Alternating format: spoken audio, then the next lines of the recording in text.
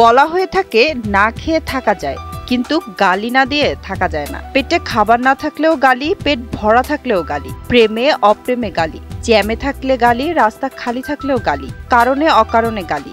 গালি দিতে যেন কোনো কারণ লাগে না। কেউ হয়তো কম, কেউ হয়তো বেশি, কারো আবার গালির ভান্ডার অনেক সমৃদ্ধ, আবার কারো গালির ভান্ডারে হয়তো আছে একটি দুটি শব্দ, তবু থেমে থাকে না গালির ফুলঝুরি। কিন্তু কখনো ভেবে দেখেছেন কি, কেন আমরা গালাগালি করি? মূলত মানুষ রিফ্লেক্স বা তাৎক্ষণিক প্রতিক্রিয়া হিসেবে গালি দিয়ে থাকে। মানসিক অবসাদে যখন জর্জরিত, তখন মুক্তি পেতে মানুষ গালি দেয়। যুক্তরাষ্ট্র ভিত্তিক অ্যাসোসিয়েশন অব সাইকোলজিক্যাল সায়েন্সে লেখক মনোবিদ Timothy J the utility and ubiquity of taboo words শিরোনামে একটি প্রবন্ধে বলেন, গালি দেওয়াটা অনেকটা গাড়ির হর্ন বাজানোর মতো।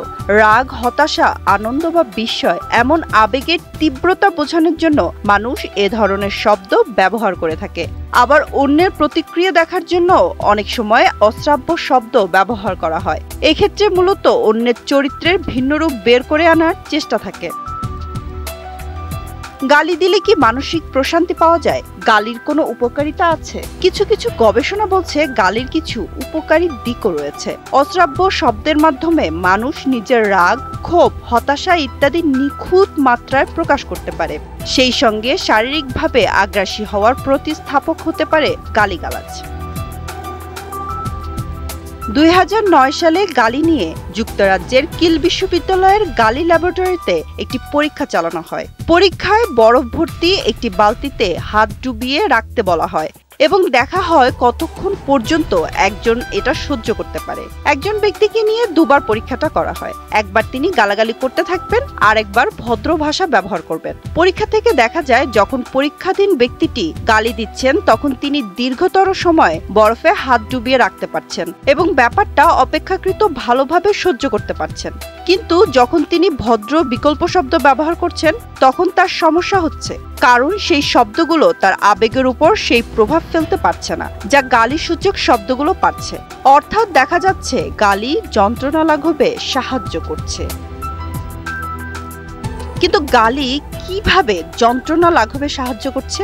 কিল বিশ্ববিদ্যালয়ের মনোবিজ্ঞানের senior lecturer doctor Richard Stevens বলেন, গালি দেওয়ার সময় মানুষের হৃৎপিণ্ডের গতি বেড়ে যায়। গালিটা এক ধরনের আবেগপূর্ণ ভাষা এবং এরকম ভাষায় কথা বলার সময় এক ধরনের আবেগময় প্রতিক্রিয়া হয় বলে আভাস পাওয়া যাচ্ছে। সে কারণে আমরা অনুমান করছি যে যখন মানুষ বেদনাহত হয়ে গালাগালি করে, তখন তারা আসলে তাদের স্ট্রেস বা মানসিক চাপের স্তর বাড়িয়ে দিচ্ছে এবং এর মধ্যে থেকেই এমন একটি প্রতিক্রিয়া ঘটছে যাতে তারা ব্যথার অনুভূতি অসাড় হয়ে যাচ্ছে, যাকে বলা হয় স্ট্রেস ইনডিউসড অ্যানালজেসিয়া।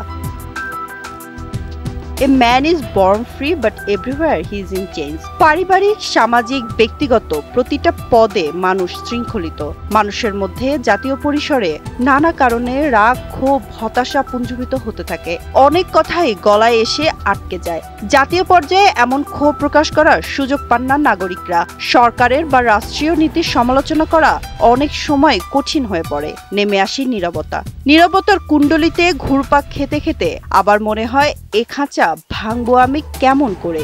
এই অবদমিত হৃদয়ের কথা একটা সময় বেরিয়ে আসতে পারে গালাগালি হিসাবে।